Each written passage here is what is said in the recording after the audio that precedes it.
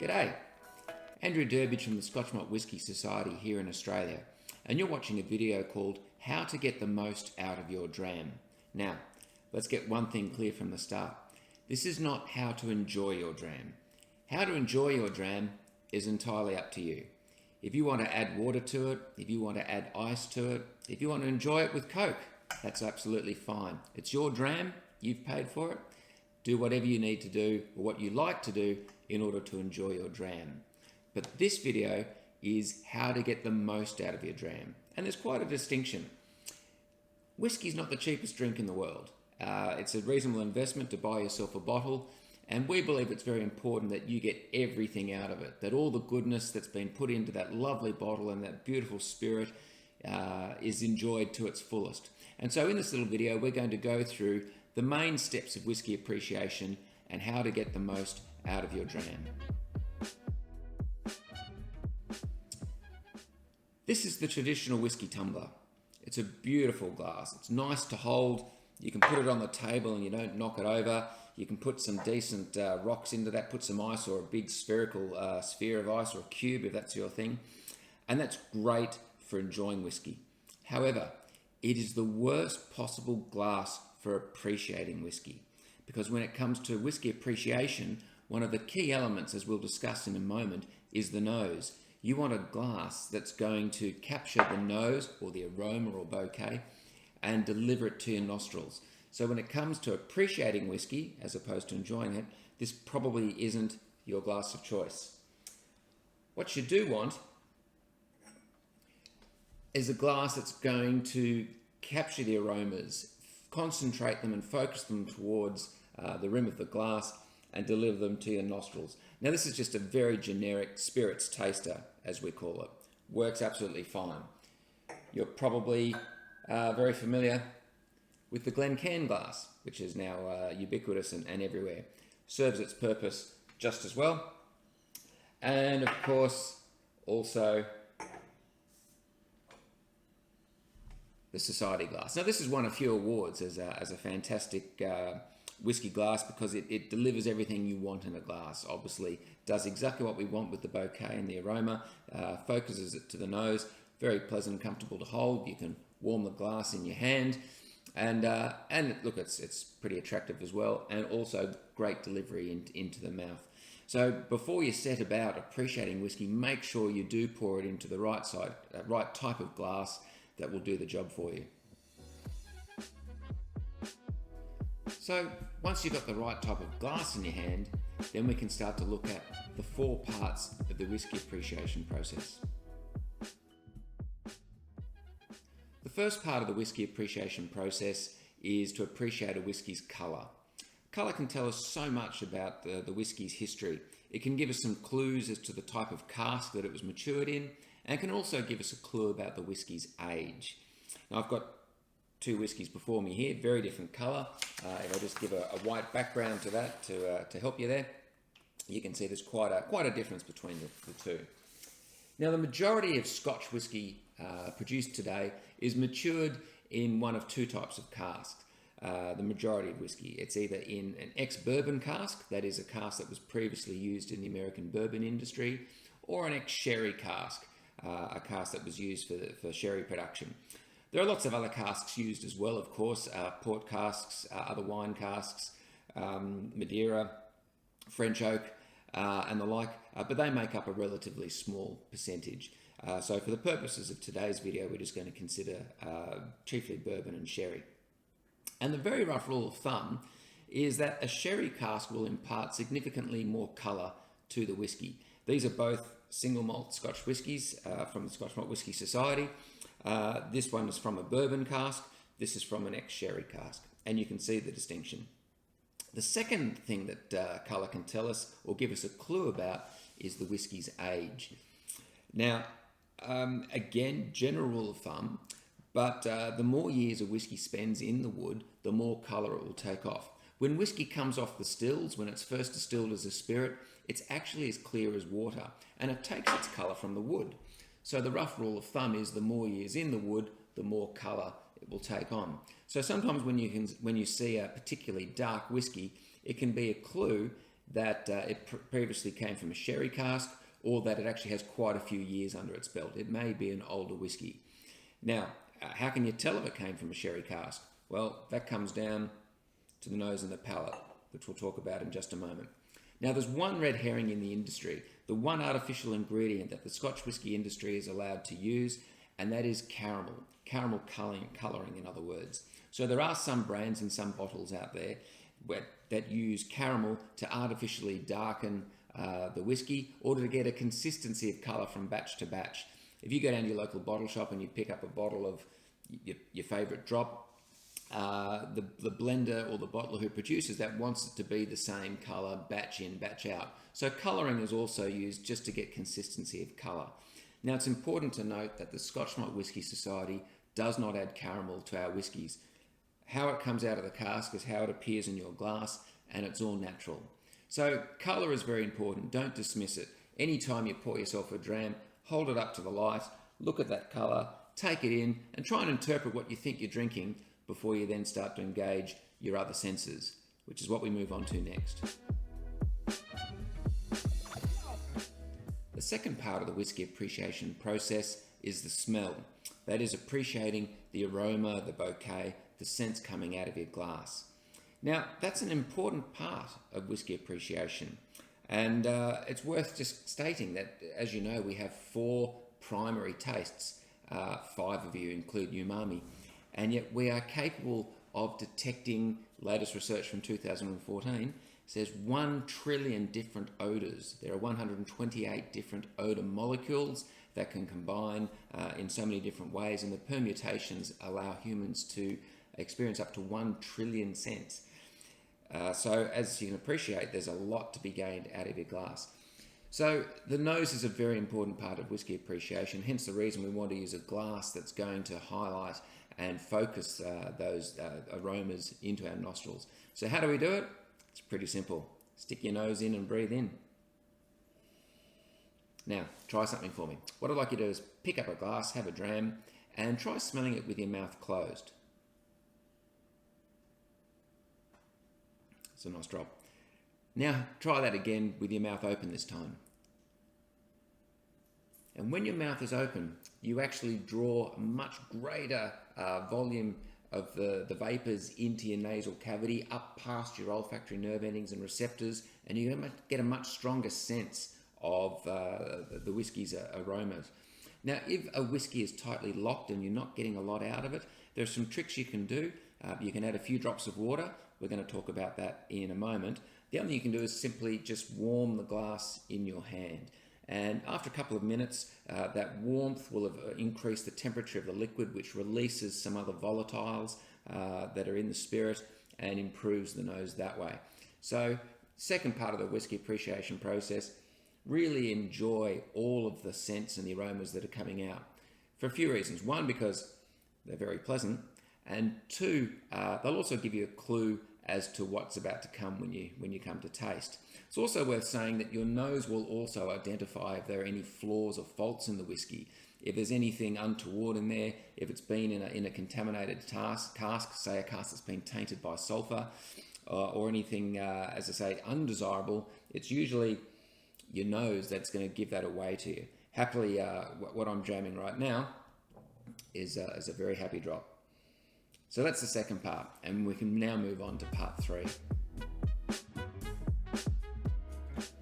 The third part of the whisky appreciation process is the palate. Quite simply, what does it taste like, and what experience does it give to your mouth as you put it in and start to enjoy it? It's not just about the flavours, it's also about the textual experience as well. So we talk about mouthfeel. So I always say to people, when you're coming to a dram for the first time, first of all, just introduce yourself. Just, casually come up. You need to shake hands first before you go in for a big hug. So in shaking hands, the first thing I suggest is to take just a little sip at first. Take a small sip of the spirit, bring it onto the front of your tongue, and then move your tongue around your mouth to coat the rest of your mouth with the spirit.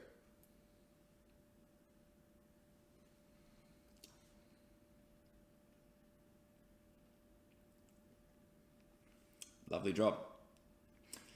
So now that we've introduced ourselves to the spirit, we can actually go in and be a bit more friendly with it. And I suggest the second time round, take a much bigger sip this time. And this time you want to actually move that spirit all around your mouth, to the front and back of your tongue, to the sides, to the pouches of your cheeks, all around your gums. Really coat your mouth so that every part of your mouth and your palate and your taste buds can experience what's on offer.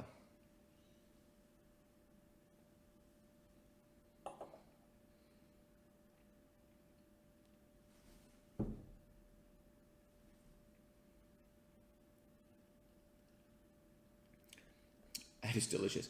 Hold it for a good 5-10 seconds if you can, if the alcohol burn doesn't become too overpowering.